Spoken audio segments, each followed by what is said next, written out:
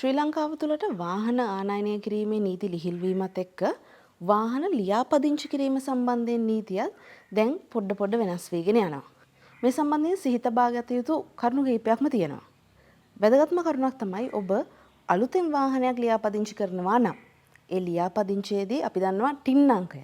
එහෙම නැත්නම් බදු ගෙවීමක් කරන තැනැත්තෙකුට ලබා දෙන ඒ හඳුනා ගැනීමේ අංකය ලබා දීම අත්‍යවශ්‍ය අංගයක් බවට පත් වෙනවා.